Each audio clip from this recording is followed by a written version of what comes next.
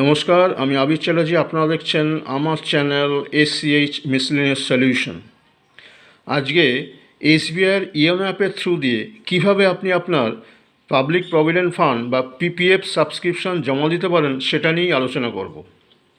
প্রথমে আপনি আপনার মোবাইলে ইওনো অ্যাপটাকে ওপেন করুন। ওপেন করার পর যে পেজটা আসবে সেখানে একটা ইওনো পে বলে অপশান আছে, সেটাতে ক্লিক করুন।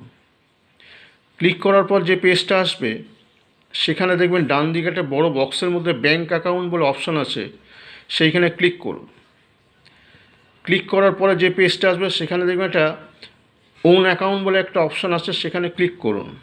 ক্লিক করলে এসবিআইতে আপনার যে সমস্ত অ্যাকাউন্টগুলো আছে সেগুলো শো করবে। তার মধ্যে যেটি পিপিএফ অ্যাকাউন্ট আছে সেটিতে ক্লিক করুন। ক্লিক করার পর যে পেজটা আসবে সেখানে দেখবেন একটা অ্যামাউন্ট দেওয়ার জায়গা আছে, সেখানে আপনি আপনার অ্যামাউন্টটা বসিয়ে দিন। তবে 500 টাকা কম দিলে হবে না, 500 টাকা মিনিমাম দিতেই হবে, 500 টাকা বা তার বেশি, সেটা লিখে দিন। এরপর আপনার একটা পারপোজ সিলেক্ট করতে হবে, কী উদ্দেশ্যে আপনি টাকাটা জমা দিচ্ছেন। তা যেহেতু আমি ডিপোজিট করছি, তাহলে ডিপোজিট অর ইনভেস্টমেন্ট এই অপশানটা তো সিলেক্ট করে দিলাম। এবারে ঠিক তলায় দেখবেন একটা নেক্সট অপশান আছে, সেখানে ক্লিক করুন।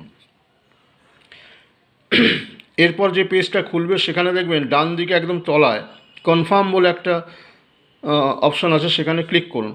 ক্লিক করলে কি হবে, আপনার এসবিআই যে রেজিস্টার্ড মোবাইল আছে সেই মোবাইল নাম্বারে আপনার একটা ওটিপি আসবে।